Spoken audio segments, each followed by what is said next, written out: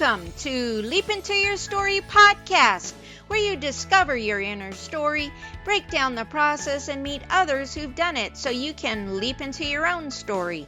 We interview amazing guests who provide powerful insights that inspire you to get your story told. Be sure to visit our website at leapintoyourstory.com, and while you're there, subscribe and like us via your favorite social media network. Now sit back, get ready to take some notes, and let's get started.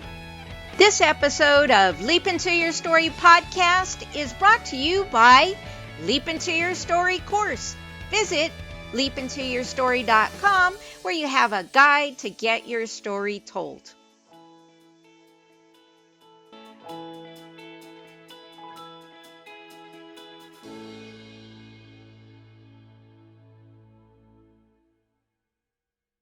Dark fantasy originally, years ago, meant horror in a fantasy setting of some kind. I think it's taken on other connotations, like the evolution of anti-hero has come to mean something different than it used to mean. So for me, dark epic fantasy is nation level stakes or cosmic power levels, things that rock the world.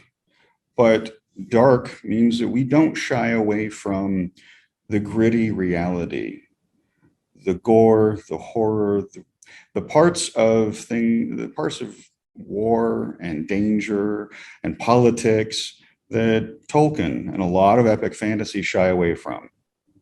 So historically, since Herodotus and Homer and the Iliad, war has been glorified. It's always the charge of the Light Brigade. It is this glorious thing, and we don't get the reality of it.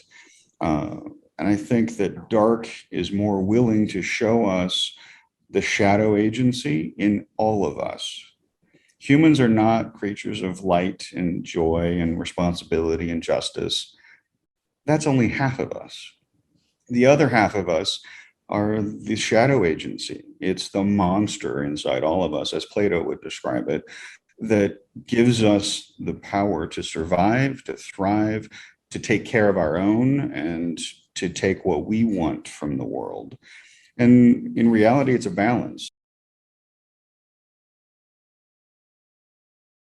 Now, the difference, I think, between sci-fi and fantasy for me is sci-fi's always had an inner core, as a little line of darkness in sci-fi that fantasy hasn't had, and has only slowly developed over time. Tolkien gave us the concept of high fantasy in a way that I don't think we had before, and that's kind of separated the constructed world fantasy from the what we call urban fantasy now, that used to be called low fantasy. The common world, the everyday world, with some elements of magic or magical realism. But in the grand scheme of things, I think that people want more of it because they're looking for a way to navigate what we're experiencing every day. Whether it's revolution, the fall of Kabul, or earthquakes and horrible things in Haiti, the collapse of countries like Venezuela. What if it happens here? Right. Because some of us wonder, everything that has ever begun, every country, every democracy has eventually ended. Right. How will we navigate that? And some people want to think through, what do I do if that happens?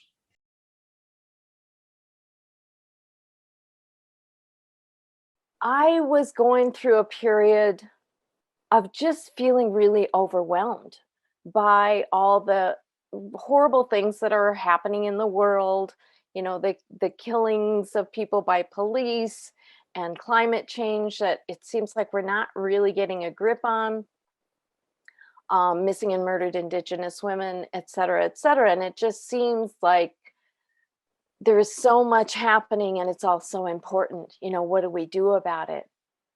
And although I've really enjoyed a lot of the dystopian series, like the Hunger Games and Allegiant and some of those, and some of the older ones, Handmaid's Tale and whatnot, what I needed was a story of surviving and thriving after collapse, societal collapse.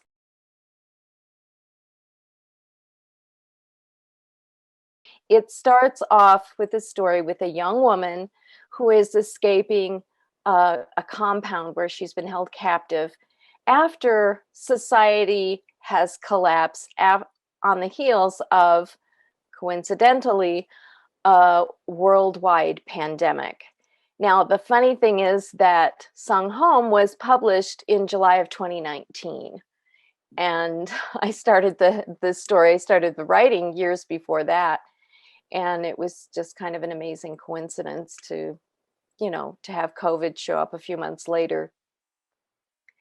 But anyway, so this young woman, uses a song that her mother sang to her to get herself to her grandmother's home.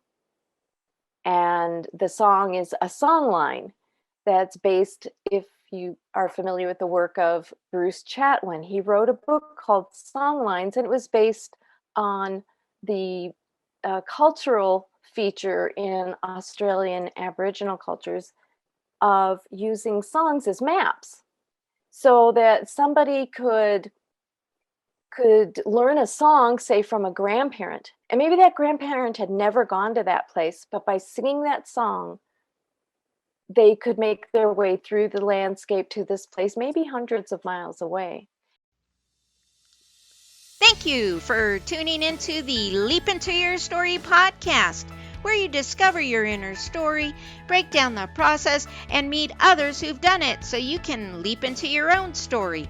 Remember to visit our website at leapintoyourstory.com and enjoy even more great episodes like this one. Again, while you're there, subscribe and like to us via your favorite social media network. We're looking forward to seeing you next time on the Leap Into Your Story podcast.